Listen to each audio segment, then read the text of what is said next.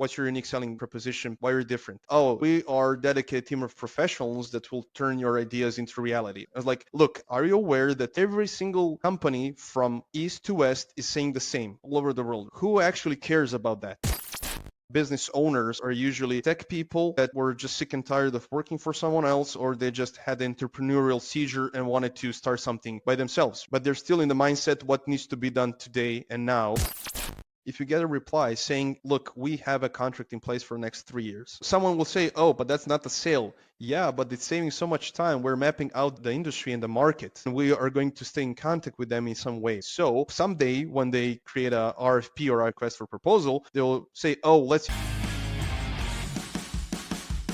Welcome back to the SDR Hire podcast. I'm your host, Stefan, and if you're new to the channel, this is a place where you can learn from top producing salespeople, what it's like working in tech sales, how do you break in, what do companies look for, how to get promoted, and how to succeed in sales. And today I'm joined with somebody who has been living and breathing cold outreach for the better half of the last decade, Nenad Pavlov. Nenad started out as a programmer, but somewhere along the way realized he liked people more than he liked writing code, and that had led him to become a public speaker, a lecturer, and a cold email strategist. He's worked with B2B companies across multiple industries: IT, SaaS, industrial machinery, sterile mosquito production. All right, we'll see. And today, Nenad operates as a fractional cold email officer for startups, small businesses, helping them optimize their cold email outreach and solve email deliverability challenges. And so, Nenad, I am stoked to have you on, man. Happy to be here, Stephanie. It's really a pleasure to be your guest. Appreciate it, man. Appreciate it. I've been looking forward to this for quite a while, and it seems like, we had a little bit of trouble getting this on the calendar, but here it is. And obviously, with all the things that are happening around us these days, it's even a miracle that we got this on the calendar anyway. Yeah, But okay, and by the way, the first time that I came across your brand and your business, it was literally when I started my entrepreneurial journey, which was 2021, and I was super jealous. I saw your website and I was like, damn, man, like this guy, he's charging a lot, and it seems like he has these like an endless supply of positive replies and amazing testimonials. I was like, damn, I wish I can be like this. And I was like jealous, and I thought very ill of you, obviously, without any actual reason for it. And I got to kind of understand your personality a little bit better. I saw you were a super cool guy, and I was like, okay, this is, it's been stupid of me to think of you in that way anyway, and now I have a good reason to look at you in totally different eyes. And so yeah, this is super awesome. And how did you end up sending cold emails for other people, man? How did that happen? Yeah, the quick origin story is that, like you said, I'm a software developer by vocation. I went to high school and faculty to become one, and I started working as such here in Novi Sad in Serbia. And then along the way, for whatever reasons, I don't know, my ambition, my zodiac combination, I don't know what it was, I was interested more in like understanding all parts of the business, like, okay, working with clients, negotiations, project management, and making all things work together. So I did a lot of like programming, freelancing, did a lot of project management, and then I even taught other people how to code. Like I was a lecturer in a course that lasted for a few years. I had over 120 people went through my course, and everything came together. So I was like, okay, this is a perfect moment for me to live the Serbian outsourcing dream, meaning like I can do programming, I can work with clients, negotiate, lead projects, and teach other people how to code. So I can combine that in my company. And I was like, okay, that's all. What? Wait. I have a feeling something is missing. What's missing? Something important. Clients are missing. I didn't have any predictability in my business, and I had people that said to me, okay, whenever you have some project, we want to work with you, and come to your company, etc., which is really humbling and really nice to hear. I'm grateful for that, but I cannot say to someone, hey, come to my company without any projects, right? And then I had many conversations with business owners here locally that have service-based IT businesses, and I realized they have the same pain point. You know how it goes, keeping the balance between the amount of work and the amount of people, and it's always some disbalance. And they were all struggling with finding new clients, and I was like, why would I do that to myself to start that journey without actual solution? So my first hypothesis was, okay, let me try to solve this issue for others, And along the way, I will learn the craft, learn the ropes, and do it for myself at some point in time. And long story short, like you mentioned, we, when I say, I'll use it interchangeably, we as an agency or me as a individual consultant, whatever. We worked with a lot of businesses in a lot of industries, like you said, from like we started with IT services, SaaS companies, well established like Oracle, ERP systems, info products, courses, those exotic things like sterilized mosquitoes. And I'm glad that you like the website because it's still pretty much the same. And it's partially out of not frustration, but I wanted to optimize the process for myself because usually, let's be honest, many websites don't tell the story what this company is actually doing, right? Yeah. So, and I was gathering questions from discovery calls, and I was like, okay, what if I put everything in one place, one pager, white background, black letters, black font, and just answer everything that I usually get asked, right? And add those links to positive replies and everything that could be useful to someone to decide whether or not we are a good fit. And whoever books a discovery meeting through the website, I know they read through either all of it or partial or part of it partially. They saw the pricing, everything is transparent. I productize my service a little bit, and it's working like a charm. Real quick, if you're a sales leader or you know someone who's looking for support when it comes to cold outreach, cold calling, cold email, LinkedIn outreach, we build SDR and BDR teams for companies or complement their existing teams with top talent, remote SDRs and BDRs that are exceptional in outreach skills. So if you'd like to get in touch, just visit sdrhire.com and book a call with our team. All right, back to the show. Beautiful. And yeah, the website is literally the way that I remember it. I think you only updated the pricing, which is super cool, but it's almost completely the same. Probably hasn't Yeah, changed a little bit. I just switched from Notion to Hostinger or something like that, some different Yeah, platform, and that's it. Like, yeah, yeah. The copy is the same, and when I read it, I was like, "This is such a beautiful piece of copy." And to your point, simply answering the questions that your prospects give you, like ask and discovery calls, is probably the easiest way to create a successful sales page, landing page. And it seems like you've done exactly that, and that's pretty cool. You said one thing that like I've worked with SaaS companies, and by the way, I've done like done for you cold outreach consulting as well, but we've done also like SDR type of like hiring and building SDR teams, etc. So it's been all over the place. But one type of business has consistently failed when working with me, or rather I've failed working with them, which is IT businesses. And like, have you actually had success? Because I do not know of a single person who has had palpable success selling or rather generating leads for IT businesses in their sense, which is either complete like staff leasing, outsourcing of people, or doing like project based work, but it's more or less outsourcing. Like, have you had success doing that? And like, what's the secret? How have you been able to do that? If yes. yes and no. Yes and no Mm, in terms of like I'm trying to just crunch all the numbers and all the clients we had in the past. For the most part, no, we had some success, but I don't know if that was positive ROI. At some point in time, I started declining those kind of offers and clients, like full transparency, and I literally told everyone because why, like because we've already contacted this area, this part of the world. This is what they were telling us. This is the problem. This is the issue. This is this. And I usually when I talk to people, and I like to say when you talk to one IT outsourcing agency, you talk like with everyone pretty exactly. much because when we have discovery calls and ask them, hey, so what's your unique selling proposition, point, angle, whatever, why are you different? And they usually respond by saying, oh, we are a dedicated team of professionals that will turn your ideas into reality or something along those lines. I was like, look, I really trust you. And I believe that that's the same, that's the truth. But the thing is, are you aware that every single company from east to west is saying the same all over the Yeah. world, right? Yeah. So, and then they usually say, okay, but we do React, we do React Native, we do, I don't know, MongoDB.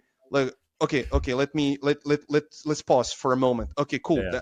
that's fine. But who actually cares about that? Maybe some bigger company that will just subcontract you, And do you want to be a subcontractor or to work directly with clients? Oh, well, we would ideally want to work with clients. Although I did met some companies that want, they're fine like being subcontractors. So Yeah. if you go to, for example, a medical doctor somewhere in the United States that wants to digitalize his clinic and paperwork of his patients, and you say, look, we are going to do it in React Native and React this and then and the Flux and Redux and all the buzzwords, like, right? But if you go to the same person and say, look, sir, we did several projects of that kind, and we know that your informational system needs to be HIPAA compliant, and you need to do this and you need to do that, he'll probably react differently and say, oh, these people actually understand my domain and my Yeah. problem, so let's focus on that.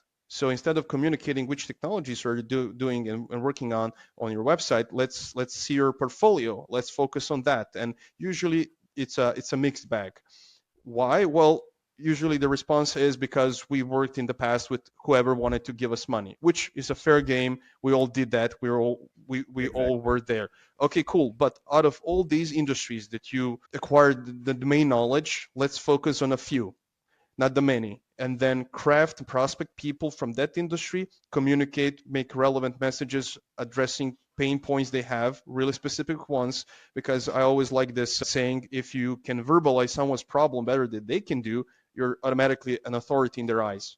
Because how would you be able to do that otherwise if you didn't understand, have a deep understanding of their domain, right? So then we can talk about their industry problems that they could potentially have. And that's the best piece of advice that I could potentially give to someone in IT industry. And usually it's like how they say cobbler's kids go barefoot, like, shoemakers kids, etc. Because we have fantastic engineers in Serbia and a whole region. We all know that. Yeah. But when it comes to sales, and usually business, like business owners, people that start companies are usually tech people that were just sick and tired of working for someone else, or they just had an entrepreneurial seizure and wanted to start something by themselves, right? But they're still in the mindset what needs to be done today and now. And I really like to quote and mention this book, Entrepreneurial Myth, or E-Myth. There is also in Serbian, and explains three parts of our personality: the entrepreneur, manager, and the operations person. Operations person is focused on now, manager in the past, quantifying the past, entrepreneur looking forward. So a lot of people start business in general just being focused from like a technical person, like a craftsman, right? Sales is craftsmanship, design, web design, programming, law, everything is service-based business craftsmanship, right? But for business, you need to do a lot of things in marketing and sales and operations and everything else to make your business. And Yep. so yeah. Yeah. I mean, you've touched upon so many things. And whenever I talk to businesses in that segment, I usually ask them, like, do you have any specific, particular expertise? And they usually either tell me, no, we can do everything for everybody. Okay. Which means, like, I'm not going to work with you. Or even if they do have some kind of expertise, it's not like they've focused. And so when I suggest, hey, your branding, your like public appearance should focus on this, not because you only do that, but because that's going to help you sell more. That is usually another stepping stone, and where people kind of drop off. So I, similar to you, I just stopped accepting those projects completely.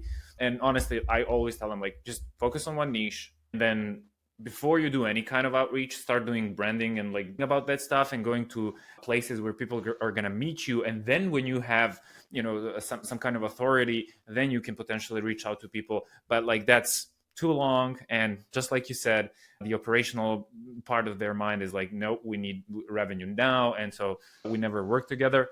But I think you kind of nailed the whole situation, and it probably talks to the whole ecosystem. And hopefully a lot of founders are going to listen to this and understand, it's like everybody has the same idea and everybody faces the same issue, and maybe they should listen to what we're saying. Absolutely, and I would add a few things. Maybe I had some consultation calls because in the last 2 years I'm doing a lot of consultations, or like consultations sometimes sound like I'm just talking and being a smart guy. It's actually done with you type of model when someone wants to create everything. And sometimes I can work with any company because if they're really decide they want to give it a go and they need someone who will make sure that the infrastructure will be in place, all the technical stuff and strategy and etc. So if you want to do it, if you want to test it as a channel, I can help you with that, but we are not going to get married when it comes to, outcomes and everything else. So I'll transfer all the knowledge I have. Yep. So something that I usually say to IT companies when I talk to them,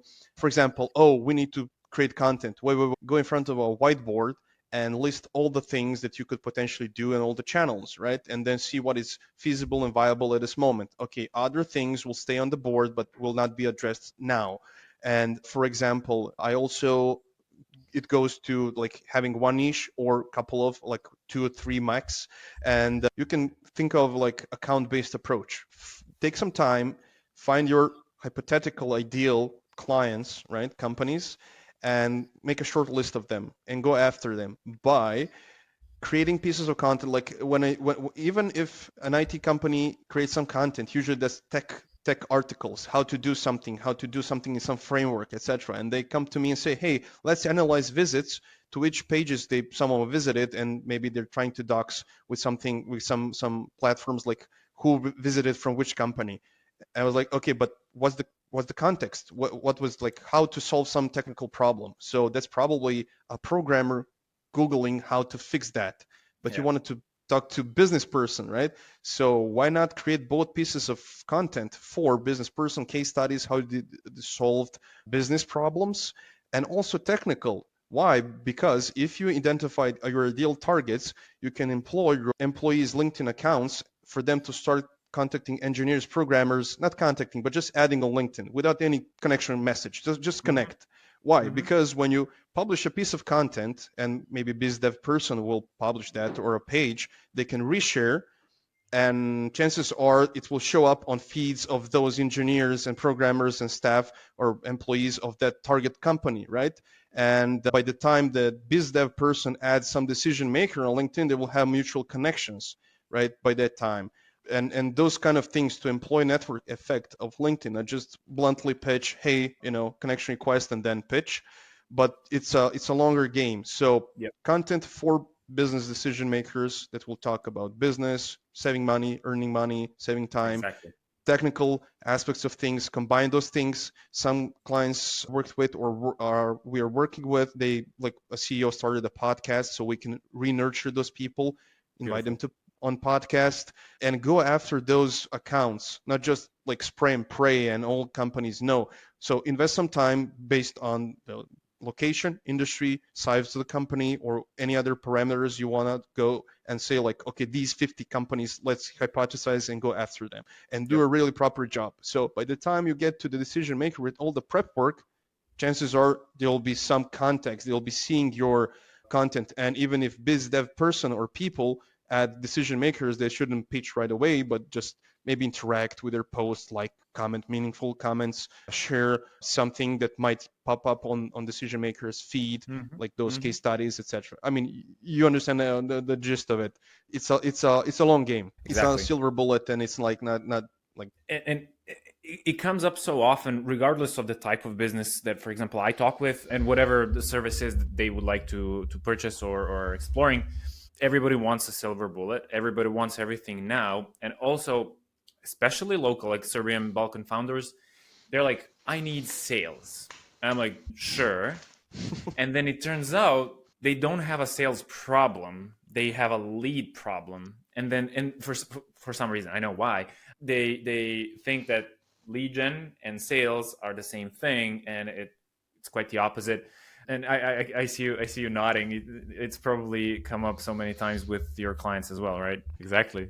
But obviously, I mean, it's always a conversation where, like, I know what to expect. Probably you do the same, and then like kind of guide the conversation towards, okay, so is it lead gen or is it sales or like, and yeah, especially here, there's this magical creature called the biz dev person who's gonna do all the magical things, bring them all the leads, and then close yeah. everybody, and then be their account manager, and then like upsell them, and then close them some more. But yeah, it's so funny to see that happening over and over again. But I don't want to turn this into like how to sell IT services type of podcast. But I know what I'm really curious about. Obviously, you've had tremendous success across all of the industries, right? Completely different industries. But the game of cold emails today, from my experience, but I can assume from yours as well, has completely changed. Like, for example, when I started back in 2021, well, at least started as a freelancer or entrepreneur, compared to today, it's like it literally has almost no overlap at all. So I'm curious from your perspective, what does that look like today compared to what it used to look like, let's say 21 or 22, or like, maybe even before that? When did you start? 2018. There we go. So you have a very nice look into what used to be and what it is now. Like, I'm really curious to understand your perspective there. Yeah, absolutely. I mean, everyone is aware, like, it's a really paradoxical, the time that we currently live in, because tech has improved so much. We Mm, have so many good platforms that enable us to have like scalable infrastructure for sending, data enrichment, everything else. But at the same time, as a response to that, Google and Microsoft enrolled so many algorithm changes last year like never before. So yeah, on one side, you have technology that is enabling you to do whatever you want, and at the same time, more and more restrictions. Now, who is going to prevail? My humble opinion, Google and Microsoft and other email service providers, because we're using their infrastructure to contact people on their infrastructure through their channels and everything else. So it's hard that people will one up them, right? When they're that's right. controlling the game, it's like winning the Against against the casino. house. Yeah, Yeah. yeah, exactly. So yeah, some of the things that usually people say, mention, or remember are that we were able to send so many more emails per email address. That's right. No email sending platform was even thinking about adding feature of email rotation because that wasn't the problem. So Exactly. one campaign, one account for each campaign, and just let it rip. So tech was back then, that was like still the time of dinosaurs, and in terms of data intel, sales intel platforms like ZoomInfo and big ones charging much more. That's one of the huge things that happened. So many new players that nimbled from bottom all the big players and just took part a good chunk of the market. Now ZoomInfo is still charging a lot of money. I don't want to be wrong, and maybe they're offering something, some piece of information that no one else is giving. I doubt, but because it's the nature of the industry is you're as good as the amount of data and the freshness of your data. That's right. So you cannot live from old glory if you don't have fresh data, right? Yep. Because you will be steamrolled by some smaller players that will give you a lot of information for a fraction of the money. So Right. we had that. It was more expensive to do and kind of enrichment. Everything was manual. We didn't have AI in this shape, way, or form. So yeah, a lot of things were different. A lot of things were different. We have a huge influence of sending platforms, like so many other platforms emerged, and some that were trending back then are probably almost not being mentioned at all. Hmm. So I think that's a natural process of things, right? I like for example, we used Lemlist a lot, and I was Okay. telling to a lot of like people working at Lemlist and talking to them and giving them feedback from technical perspective whenever I find a bug or something, which is normal. Every piece of software has bugs, etc. But for example, like their situation, I think they are in a limbo. They just got stuck in time. So they started as a really cool platform with a huge community, and then they couldn't compete with bigger players in bigger league. At the same time, some new players came and eat them from below, right? So they got stuck in really thin space, like Yep. instantly smart lead, etc. With all the cool features that you need nowadays, That's right. like Lemless didn't have email rotation for a long time. Exactly. Their reporting was atrocious. Like Yep. I don't know, they were missing like basic date picker, right? Range Yep. picker, or those kind of things. And I was communicating that to people, and I really have really good connections, and even with people that are not working there anymore, etc. I was always not to be this jerk that is always complaining, but actually to provide and give feedback at everything. So everything that I'm saying here, they already know. So this is just an example of how the industry shifts, and now we're witnessing hybrids. Like there's no more one platform for this, one platform for that. So every platform is platform for automation of sending, warm up, deliverability checking, and sending infrastructure. That's right. Now that's like instantly and smartly it went into that direction just recently, like last week or last few months. We've got Like Salesforge as well, or rather, all of the forges, if you know what I'm talking about. I believe so. Yep, yep, yep. Agreed. So Yeah, please continue. I'm just curious. so yeah, that's something those are I believe main points of what is different. What's the future? Now that's the point. That's Mm, the question. What is the future? yeah. Someone I really don't I didn't remember who said it, and several people said it that potentially one scenario in the future is to have more quality, less quantity, which is Hmm. again paradoxical. Technology can enable us to do millions of emails per week, but because of restrictions and everything else, like to force people to actually go, like this is full circle, right? Everything in life goes in full circle. Yeah. People start using one thing, it's working, everyone starts working doing that, and then it starts being effective, and then we're coming back and everyone forgets about it, and then everyone starts working again, or maybe in different ways. So it's maybe not a circle, it's 3D spiral, so it's always changing, evolving, but we're doing something circular. So maybe we'll come to the same point that was like in 2010s when people didn't have this tech and doing like manually and personalization and doing everything. Who knows? Yeah, I it's so funny. Like you mentioned, really major things. I was an avid user of Lemlist for quite a long time, and then I simply switched to Smart Lead, and instantly I tried Apollo's sending feature, but it's just no. Please don't do that ever. Anyone who's listening, because Apollo sucks at that. But instantly and Smart Lead, I think they kind of lead the game, and Salesforge as well, maybe a little bit, but they're kind of in that AI as the art type of game. And I did the same. I communicated to Lemlist like, hey, like this is missing, that is missing, and they just kept doing nothing. And obviously, like inbox rotation became extremely expensive to do on Lemlist because it was just, like they were charging still per to an extent per email address, and I just quit using them.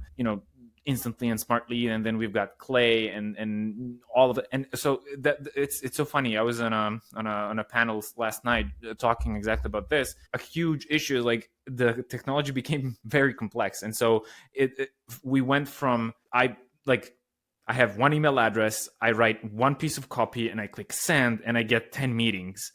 We got to like I have 5 tools, 10 variations of the same campaign, and like I have 7 tech pieces that I'm kind of juggling with the infrastructure and then the sending piece and then the replies, and then let's not go into even LinkedIn and like multi-channel. And so it's become so complex, at least from my perspective. And on that note, how did the results change for you? Because it was so easy to get like 10, 15, 20 meetings a month. Like we're talking B2B, obviously, from cold emails to like you need like 500 emails just to get one reply or something like that. So how did the results change in your agency and in your field? Okay, I just want to add something to Sure. to our previous conversation about tech and everything else. Something that I don't like, and I see that's happening. For example, in the case of Instantly and Smartly, they're competitors neck to neck, right? And Hmm. so they're competing on rolling out new shiny things, features as fast as possible. They're oftentimes half baked.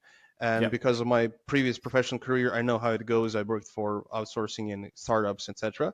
And I don't know, can I swear on this podcast? Oh, please. Okay, perfect. So it's becoming a shit show, like a literal shit show. I don't want to call out anyone, but I really had bad experience with some of the features that they roll out, like etc. Because they're half baked and they don't want to lose the momentum and lose this competitive edge over the other platform, and they're just rolling every 2 weeks something new that is not intertwined correctly with their billing or their interface or whatever. So if they don't do a better job at that, then I don't know, maybe some new platform will emerge that is already solving, because that's always the old story, like old platform doing everything right but has a lot of technical debt, so it's not easy to add new features. A newcomer that builds this new cool features, crucial features right away, right?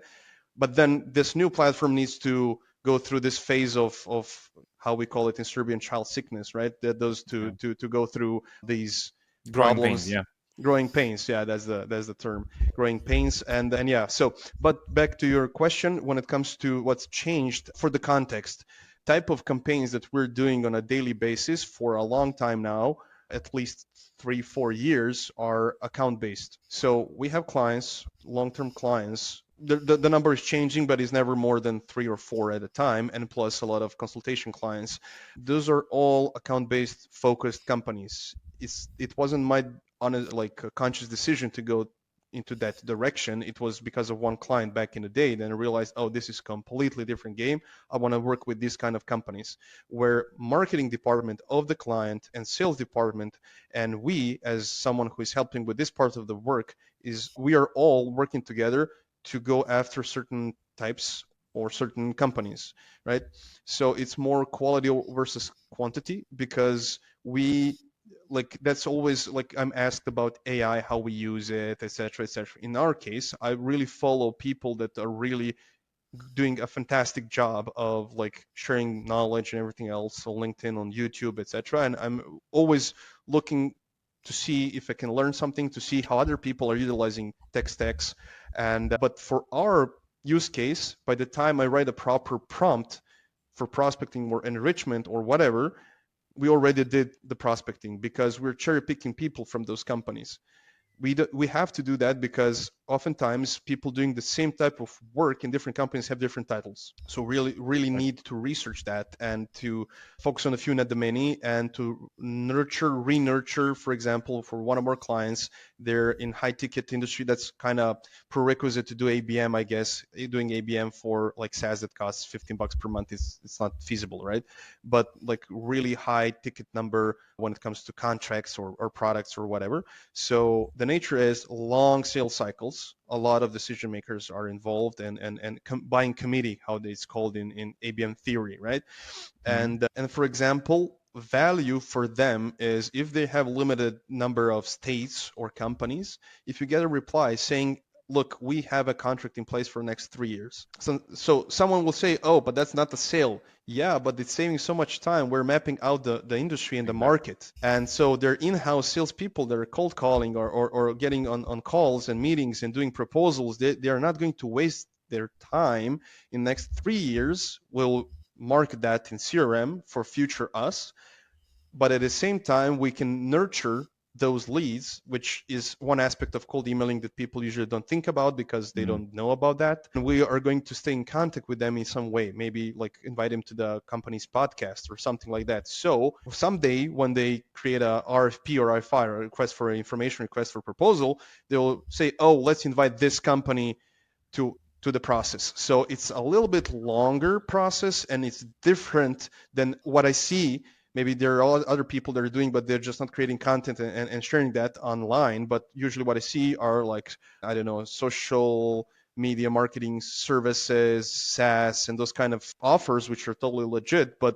the point is, we're working in a little bit different type of environment. Or, for example, Nice. other client that has a physical product is working with 80 out of one Fortune 100 companies in different locations. So we need to reach out to people in some locations that are still not working with them, right? Say, hey, we're already working with your company.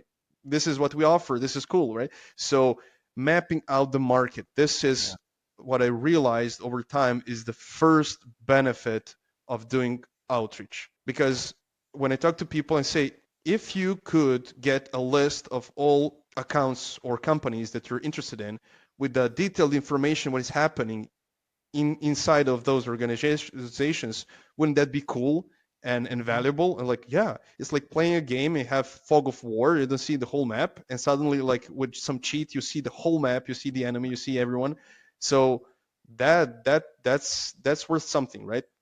Of course. Of course, we that doesn't mean that we don't generate leads for them. Far from it. And but then I realized that so many things are out of our control in terms of we never control who is going to reach out or back to us, right? We had with this client of ours, they're US based companies, usually working with nowadays with US based companies, ground transportation, like nothing too sexy, buses, limos, charters, shuttles, whatever, right?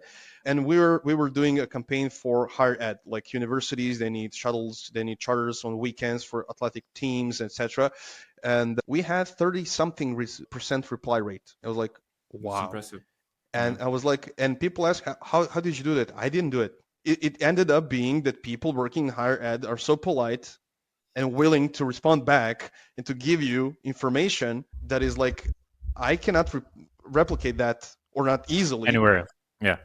Yeah, yeah. I mean, we can use the same strategy, the same angling copy for other, because with this one client, it's like we having 10 clients because we're doing all sorts of campaigns. Like another aspect of cold emails that I like to mention is nurture. I mentioned in a way, for example, this client has like opportunities with some companies that didn't go through because of the pricing, because of something.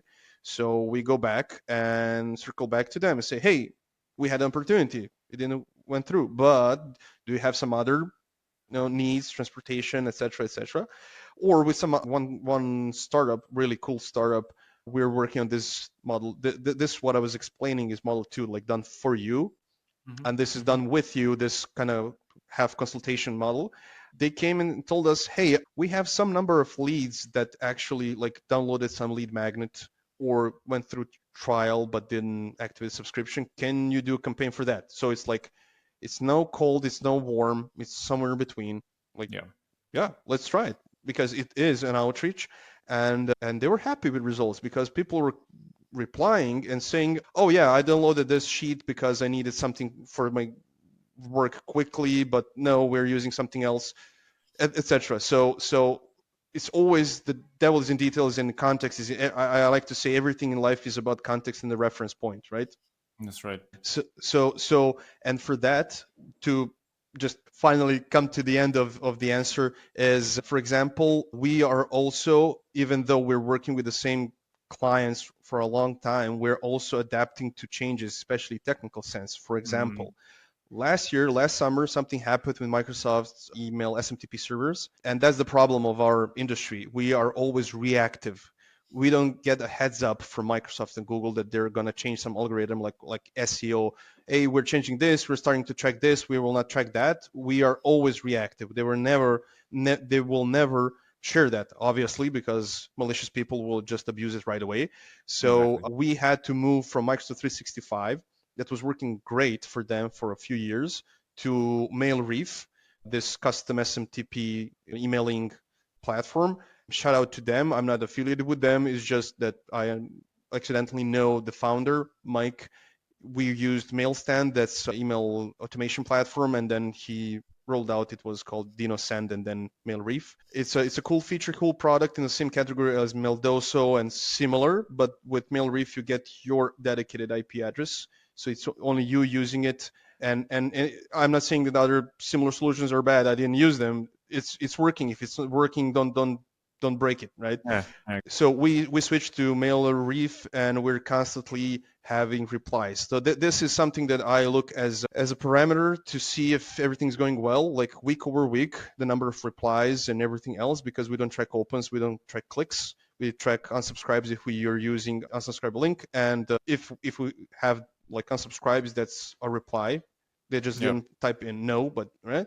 So bounces, unsubscribes, replies, and then what kind of replies, right? Yeah. What they're actually saying. So that's our current tech stack. And when, for example, when someone comes to me and says, hey, I want to test, that the keyword test, cold emails, right? So as part of my consultation model one done with you, I started offering, instead of creating Google Workspaces for them, and they just want to test. Maybe they are not going to pursue that in the long run. So I just, okay, no problem. I'm going to put you on my MailReef server.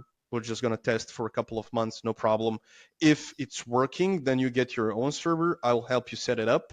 If Yep. not, at least you didn't have any, handover of passwords or this or that. So yeah, basically that's a pretty long answer to a not so long question. And that's okay. I enjoyed your take on this. From my perspective, obviously you have a unique, I think, again, a niche where you're doing cold outreach in an ABM setting, which is super unique. I don't know too many people doing that. I know that, for example, Vlad and Andre from, I can't remember the name of the company, but those guys they have a community called the Trenches, and they're doing basically like ABM consulting and ABM marketing that includes also cold outreach. But I don't know too many people doing this in a successful manner. And it seems like you found your niche where you have enough of demand to continue working, but and on the other hand create repetitive results for your clients, which is super impressive.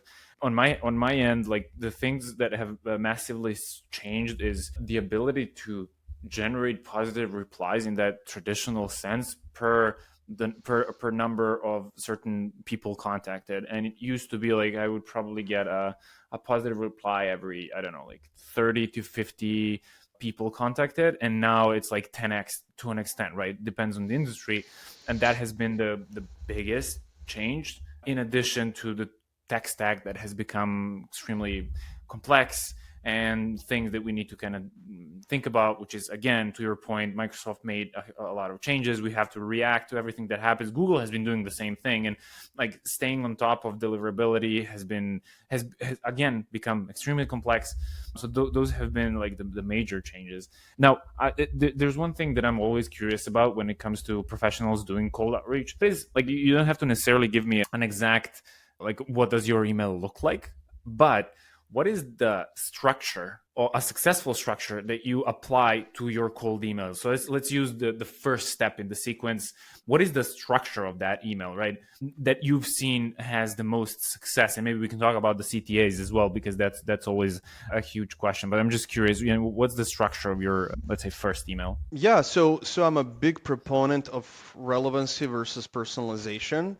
I don't know if Josh Brown is the author of that saying or not. I followed him. I went through his course. Is a fantastic piece of content, and yeah. So again, it's the story as old as the world, right? Talk about them and put yourself in their shoes.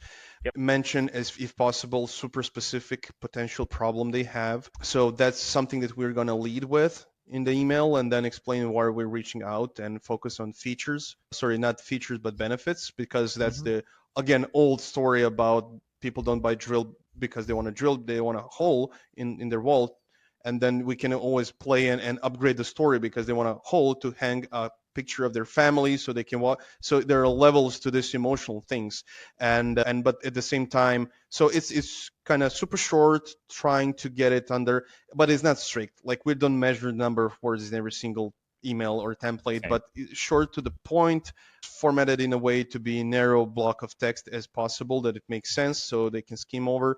We don't use fancy formatting, obviously. We just use white spaces to emphasize some things. So it's like a short subject line. I'm not this following this religiously. The no upper case Yeah. words in, I don't know, capitalization of words, yada yada. You're so lame. If you're using that. No, no, no. It's like short to the point to pick curiosity. We want ideally to create curiosity gap with the subject line. So it's maybe, for example, we're using ground transportation, just that, or ground transportation at company name. Or if we're something that we're also doing for our clients, some of like their team members, employees are going to a conference, then connect with people going also in the conference, etc. That's one really beautiful aspect of cold emails that people that Yep. are not in the industry obviously don't know, but it's nice to mention. So maybe one word or something like that, or just one phrase, two words, to pick curiosity, so they don't know what's like, oh, okay, they understand something ground transportation, but what about it? And in our case, again, to put it in our context, we're reaching out to people that their part of the job is to make sure they have like suppliers for this certain thing. So it's Mm-hmm. their part of the job to be actually looking for maybe new vendors or whatever. They're in procurement, transportation, whatever. So we just want to know, and usually this is mindset that we have. It's not that about sales. It's just letting people know that we exist, right? Hey, stopping by, say hi, we Mm-hmm. exist Mm-hmm. because you're doing this job. If my detective skills are on point, right? You're working at this company, you're dealing with this, but we don't never claim, oh, because you're this for sure you need this, or for sure you. No, no, no. Maybe I missed the point. Maybe I'm knocking on the wrong door. And something that we're really often using, like always using in our first email, is PS. I also reached out to, then first name, last name of two colleagues, up to two colleagues, and if I miss the mark and I need to be talking to someone else, please let me know. And a good effect of that is that from time to time we do receive something like, oh, we reached out to John. Perfect. He's the right person to talk to. In ABM Awesome. world, That's like, who the decision maker Yeah. is, right? Yeah. Or Yeah. hey, don't reach out to Bill, he's retired, and or no, or people say, oh no, I'm the decision maker, don't bother my colleagues. So Got it. again, information revealing information. That's Mm, everything. So, and that part of personalization, I guess, could be made with AI. I personally built a small Google Sheets add-on to take like a list of leads based on companies and just mix and match. So we don't type those things. But yeah. I'm mentioning AI because not everyone can code that piece of tool. But I assume AI, hey, just do this with a good prompt. People can use that as well.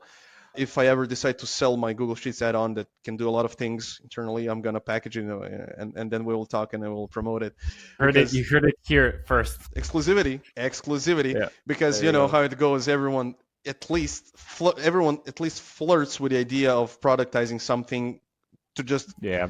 to just take a rest from service-based business, right? So that's the thing. So to summarize, short subject line. I don't have anything honestly against even longer ones, because as someone said somewhere online, if all subject lines are short in your inbox and one is super long, it might it might It's gonna. catch your attention. Yeah. So starting with the first sentence, again, something again that is going to be previewed on their mobile phones or the inbox, right? The good old rules or guidelines.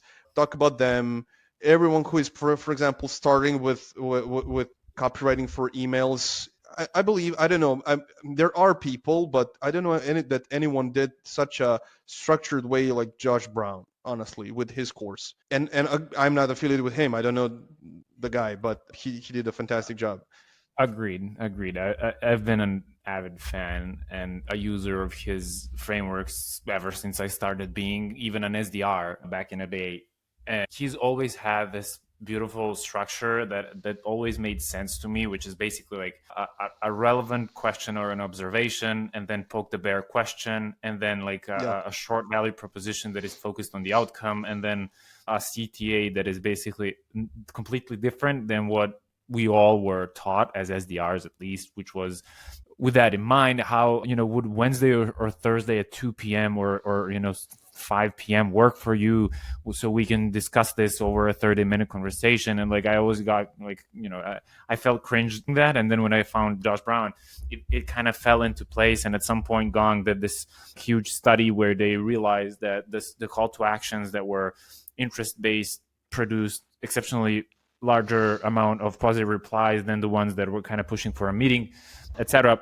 But I appreciate you for sharing, what that looks like for you guys. The PS part was really cool. I've been using that as well. Not that common, and honestly, not in the first email, but that I'm gonna try that one out as well. And yeah, this was beautiful. Obviously, we can talk about a lot of things for quite a lot of time, and I think you and I should just sit down for a lunch and just chat through this for a couple of hours. But Definitely. towards the spirit of the podcast, keeping this under 60 minutes, you mentioned potentially productizing your Google Sheet and stuff like that. What are all of the things that you actually sell? You mentioned you have the done for you, which is obviously the most expensive. You have the done with you, which is like consultancy plus, not exactly sure. What are all the things that people can actually get from you and your company?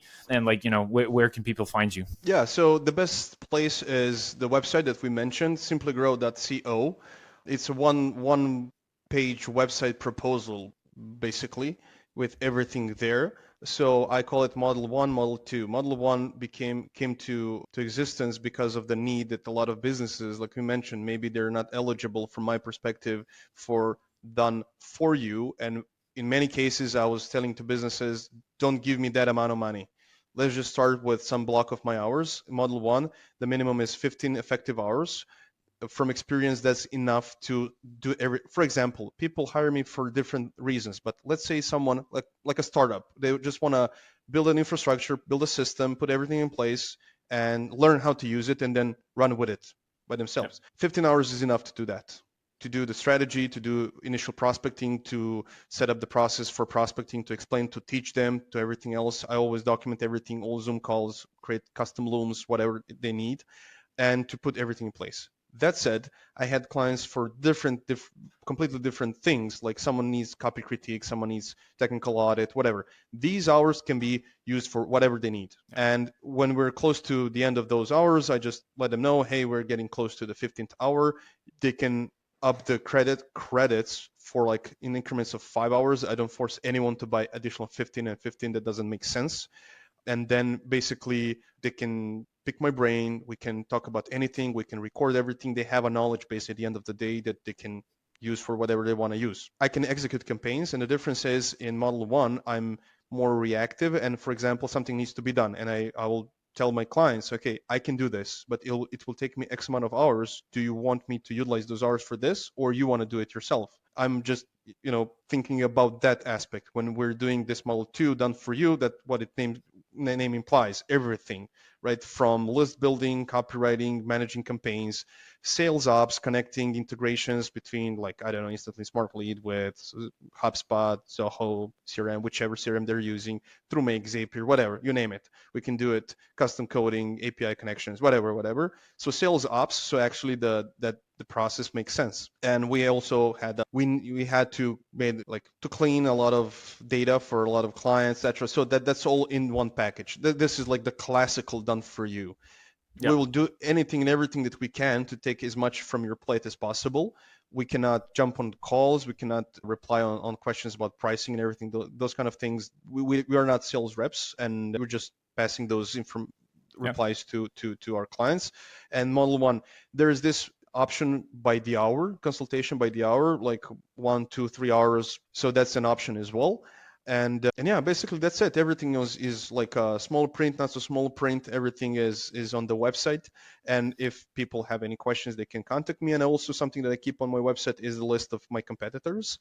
I have 200, almost around 220 agencies all around the world that do the same or similar things. So that's in a way a lead magnet for me. They just need to leave an email address, but not because I want to upsell someone, because that's at the very bottom of my website. So if someone Yeah. went through the whole website, it didn't, something is off. So and it's important for me for them to get and to actually find some cold email service provider that can help them.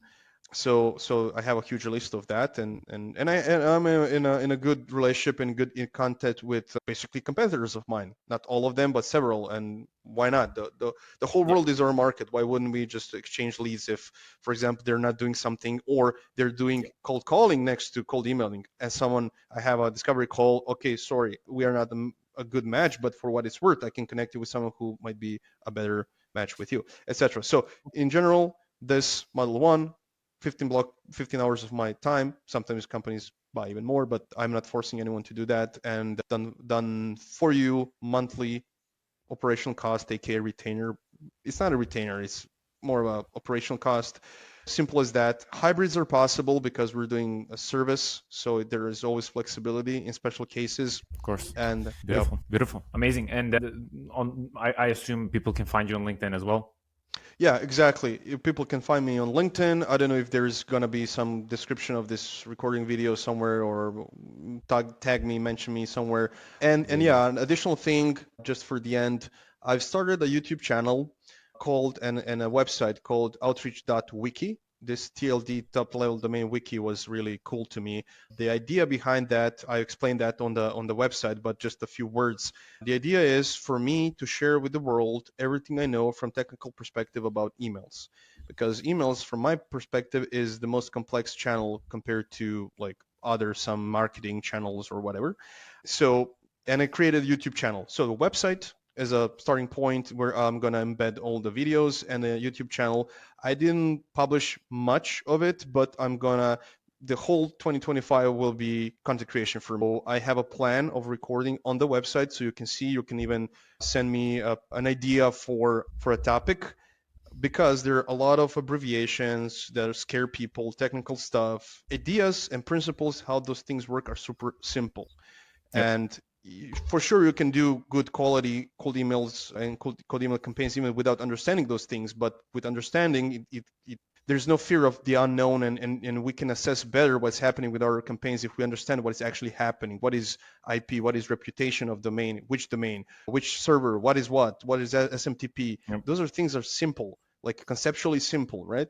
So that's my idea. For free, no shenanigans, no hidden whatever. People can subscribe to the newsletter list, which is actually used for just me notifying people when I publish something. There's no gated content. They don't have to do anything. They don't have to tag 3 people and DM me or whatever. I'm Yep. maybe just a lousy marketeer, but I don't know about you, but I'm kind of tired from those strategy. I understand why people do it. Fair game, fair game.